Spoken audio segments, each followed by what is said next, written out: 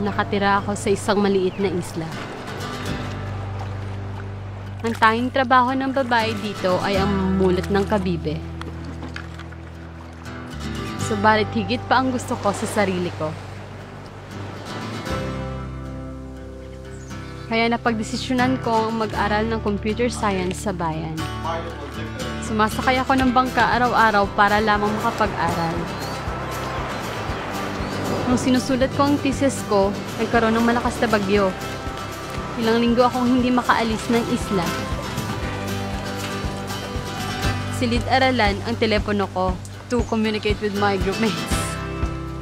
Ginamit ko ng mga kaklase ko Facebook through internet.org para maisulat namin ang thesis namin. Ang automated water billing system of Colasi Water District. Ipinagmamalaki ko na ako ang una sa pamilya na nakapagtapos ng computer science.